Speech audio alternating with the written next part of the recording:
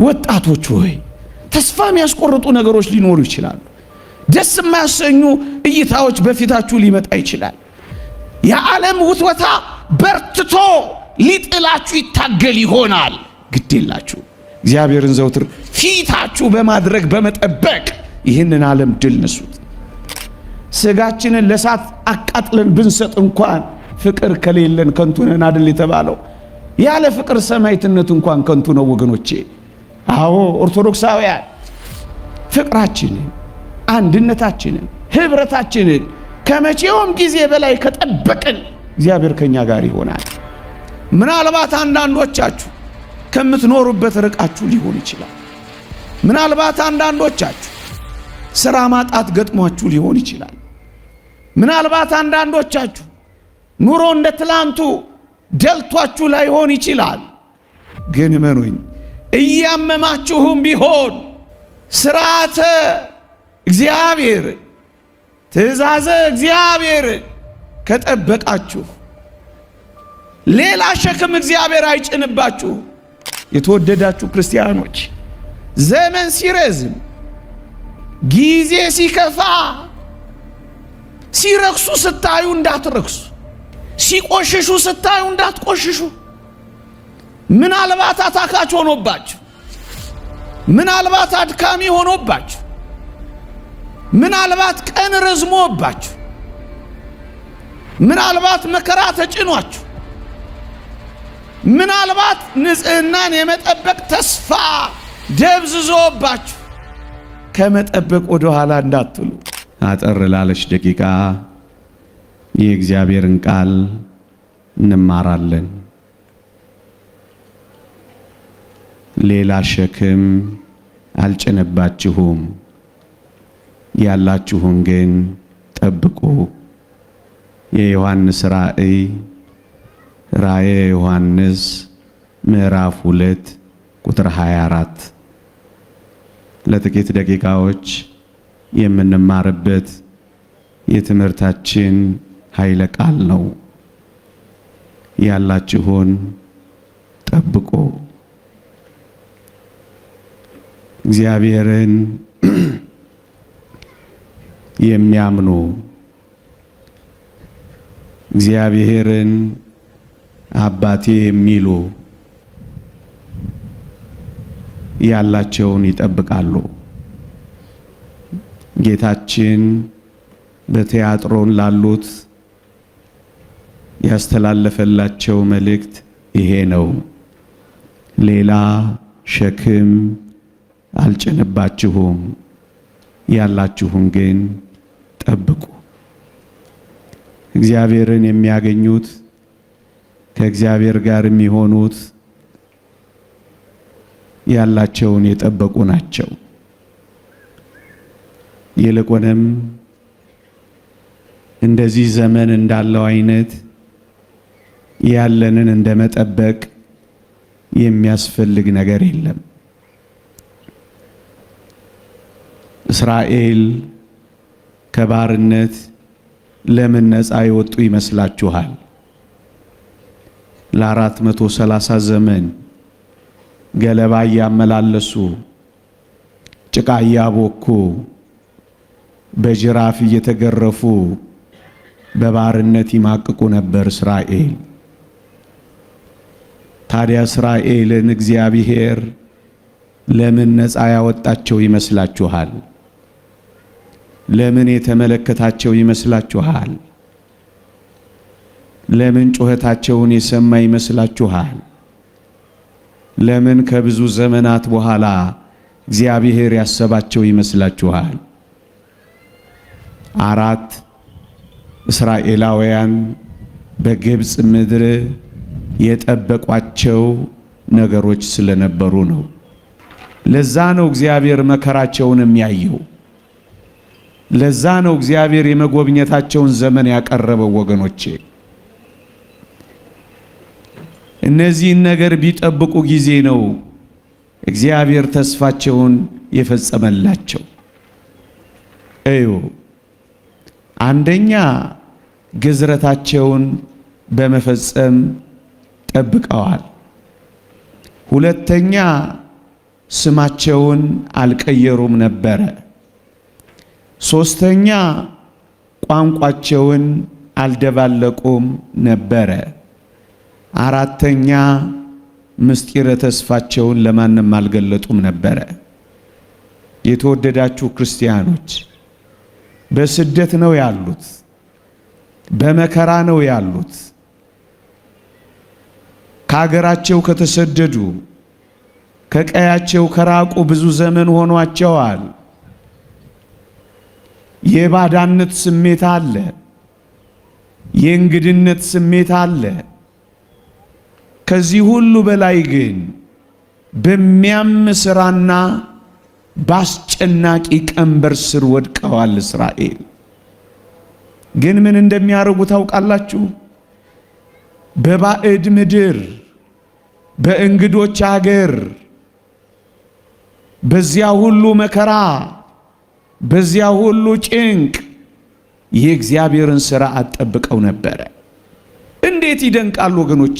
እየቆሰሉ መጠበቅ፣ እየታመሙ መጠበቅ፣ እየደሙ መጠበቅ፣ አስታማሚ በሌለበት መጠበቅ፣ በባርነት ውስጥ መጠበቅ። ይህን ነበር እስራኤል ጠብቀው የቆዩት። የተወደዳችሁ ክርስቲያኖች በዚህ ዘመን ክርስቲያን ሆኖ መኖር ከባድ ሊሆን ይችላል። እየተራቡ ክርስቲያን መሆን፣ እየተጨነቁ ክርስቲያን መሆን፣ ሰርቆ መብላት፣ አጭበርብሮ መክበር እየተቻለ ጨዋ ሆኖ መደሄት፣ ክርስትናን አለመተው ምናልባት ያማል። እያመመም ግን የእግዚአብሔርን ትእዛዛት መጠበቅ ነፃ ለመውጣት ያበቃል ወገኖቼ። ነፃ መውጣት የሚፈልጉ ሁሉ በጭንቅ ጊዜም በመከራ ጊዜም በመተው ጊዜም ተንከባካቢ በማጣት ጊዜም በመረሳት ጊዜም ቀን በመርዘምም ጊዜም በባዳነት ስሜት ጊዜም በሆደ ባሻነት ጊዜ በየትኛውም ጊዜ ክርስትናን መጠበቅ። ለዚህ ነው እግዚአብሔር ያሰባቸው። አያችሁ፣ ይሄንን ስለጠበቁ ነው እግዚአብሔር ነፃ ያወጣቸው ወገኖች። ምናልባት አንዳንዶቻችሁ ከምትኖሩበት ርቃችሁ ሊሆን ይችላል። ምናልባት አንዳንዶቻችሁ ስራ ማጣት ገጥሟችሁ ሊሆን ይችላል።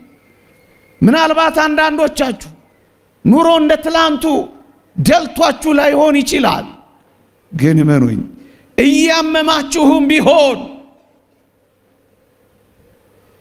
ስርዓተ እግዚአብሔር ትእዛዘ እግዚአብሔር ከጠበቃችሁ ሌላ ሸክም እግዚአብሔር አይጭንባችሁ። ሃይማኖታችሁን ከጠበቃችሁ፣ ማተባችሁን ካጠበቃችሁ፣ ትላንት በነበረው ትጋት ከቀጠላችሁ፣ ለአገሩ እንግዳ ለሰው ባዳ መከራ የበዛበት ጊዜ የረዘመበት ብላችሁ ተሰላችታችሁ ታክቷችሁ እግዚአብሔርን ካልተዋችሁት፣ ስርዓቱን ካልተዋችሁት እግዚአብሔር አንድ ቀን ያስባችኋል። እናንተ ክርስቲያኖች ናችሁ። እናንተ ባለማተሞች ናችሁ። እናንተ ባለ ተስፋዎች ናችሁ። እግዚአብሔር አንድ ቀን ነፃ እንደሚያወጣቸው ያውቃሉ። በዚህ ነገር ተስፋ ሳይቆርጡ መኖር ጀምረዋል። ምስጢረ ተስፋቸውን ለማንም አልገለጡም። አራት ነገሮች ስለጠበቁ፣ ግዝረታቸውን ስለፈጸሙ፣ ስማቸውን ስላልቀየሩ፣ ቋንቋቸውን ስላልደበላለቁ፣ ምስጢረ ተስፋቸውን ለማንም ስላልገለጡ፣ በተስፋ ስለኖሩ እግዚአብሔር ከባርነት ቀንበር አወጣቸው። እግዚአብሔር ቀንበሩን ሰበረላቸው። እግዚአብሔር ኃይለኛውን ፈርዖንን የኤርትራ ባህር ላይ አንሳፈፈላቸው ስለጠበቁ። ሌላ ሸክም አልጭንባችሁ። ያላችሁን ግን ጠብቁ። ጨዋነታችሁን ጠብቁ። እንደ ቅዱስ ዮሴፍ ያለ ሰው ለምን እግዚአብሔር ከዝቅታ ወደ ከፍታ እንዳወጣው ታውቃላችሁ?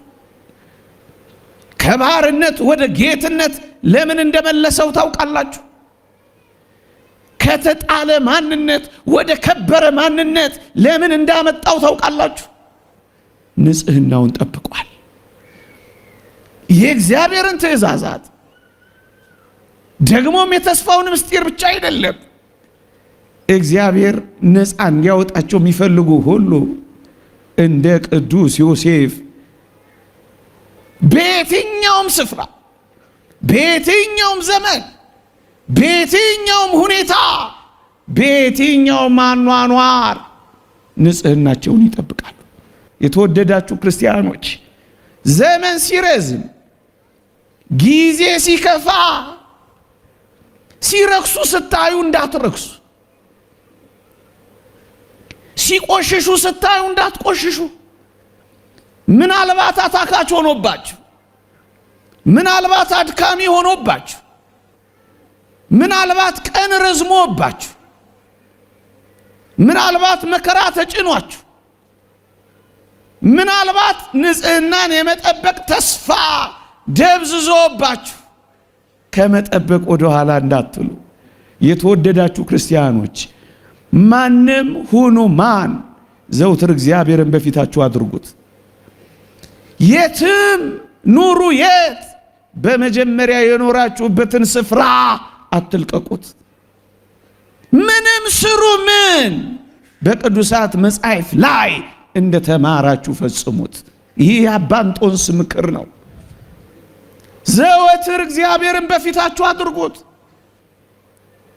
ዮሴፍ ድል አድርጎ የወጣው ንጽህናውን የጠበቀው እግዚአብሔርን በፊቱ አድርጎ ነው። ወገኖቼ፣ የተወደደ የጌታችንን ቁስሎች በፊቱ የሚያደርግ ክርስቲያን አሸንፎ ይወጣል። የጌታችንን የሕማም ማህተብ በትከሻው በልቡ የሚሸከም ክርስቲያን ድል ያደርጋል። የቆሰለለትን አምላክ የእጆቹን ችንካር የሚመለከት ክርስቲያን በፊቱ እንደተሰቀለ አድርጎ የሚያይ ክርስቲያን አሸናፊ ይሆናል። ወጣቶች ሆይ፣ ተስፋ የሚያስቆርጡ ነገሮች ሊኖሩ ይችላሉ። ደስ የማያሰኙ እይታዎች በፊታችሁ ሊመጣ ይችላል። የዓለም ውትወታ በርትቶ ሊጥላችሁ ይታገል ይሆናል። ግድ የላችሁ፣ እግዚአብሔርን ዘውትር ፊታችሁ በማድረግ በመጠበቅ ይህንን ዓለም ድል ነሱት። በየትኛውም የአኗኗር ሁኔታ ውስጥ፣ በየትኛውም ሕይወት ውስጥ ክርስትናችሁን ጠብቁት ለማለት ነው። በአስጨናቂ ሁኔታ ውስጥ እንደ ኤልዛቤልና እንደ አክዓብ ባሉ ውስጥ እና አብድዩ ከነበሩ ዛሬኛ ክርስቲያን መሆን የሚያስችልን ምንም ነገር እንደሌለ አይረዳችሁም? የተወደዳችሁ ክርስቲያኖች፣ እንዴ ላስታውሳችሁ፣ በየትኛውም የአኗኗር ሁኔታ ውስጥ እግዚአብሔርን አክብረው የኖሩትን እነ ዳዊትን አታስታውሱ? በረኝነትም በስመ እግዚአብሔር ነው የኖረው። ንጉሥም ሲሆን እንባውን ከእንጀራውና ከመጠጡ ጋር እየደባለቀ ነው የኖረው።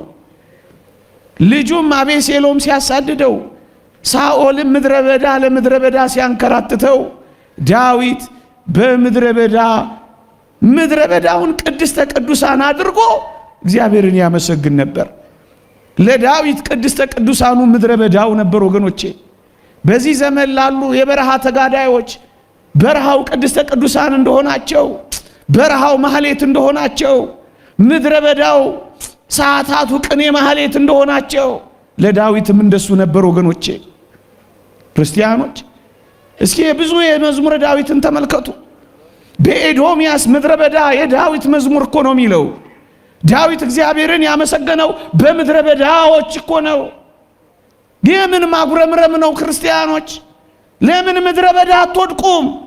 ዘምሩለት፣ ተቀኙለት፣ አክብሩት፣ አወድሱት፣ አትለወጡበት።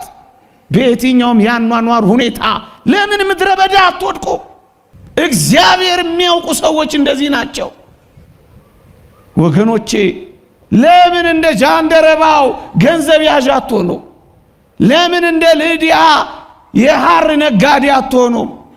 ለምን እንደ አስካፍ ቤተ መንግስት አትገቡም? ክርስትና የትም ቦታ የሚጠበቅ ሃይማኖት ነው ወገኖቼ። ባለስልጣኑም ሆኑ ተራ እንደ ሰብአ ሰገል ባለማዕረግ ሆኑ፣ እንደ እረኞቹም ተርታ ሆናችሁ ተቆጠሩ። ግን ለእግዚአብሔር ዘምሩ። በየትኛውም ሁኔታ ይህንን ጠብቁ ክርስቲያኖች። መንፈሳዊነታችሁ በየትኛውም ቦታ በየትኛውም ሁኔታ ጠብቁት። ሌላ ሸክም አንጭንባችሁ፣ ያላችሁን ግን ጠብቁት። የተወደዳችሁ ክርስቲያኖች እግዚአብሔር ከሁሉም በላይ በእኛ ሕይወት ውስጥ ማየት የሚፈልገው ፍቅርን ነው። ፍቅራችሁንና አንድነታችሁን ጠብቁት። ደግሞ አለው ፍቅራችሁንና አንድነታችሁን ጠብቁት። እግዚአብሔር ያለ ፍቅር የሚያስደስተው ነገር በፍቅር ነው እግዚአብሔር የሚደሰተው።